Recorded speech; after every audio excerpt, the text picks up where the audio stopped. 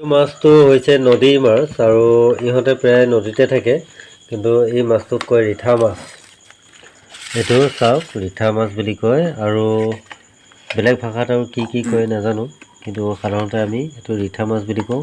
আৰু এই মাছটো মানে কি নদীত থাকে, এই মাছটো থাকে নদীত।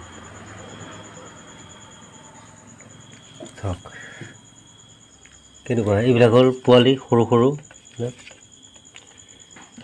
দুই এটা মৰিছে চাগে, কিন্তু তিনিটাই আছিলে।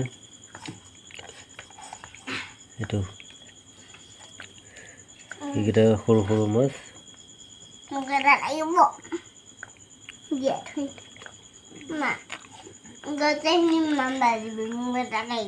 ৰিঠা মাছ এইটো চাওক।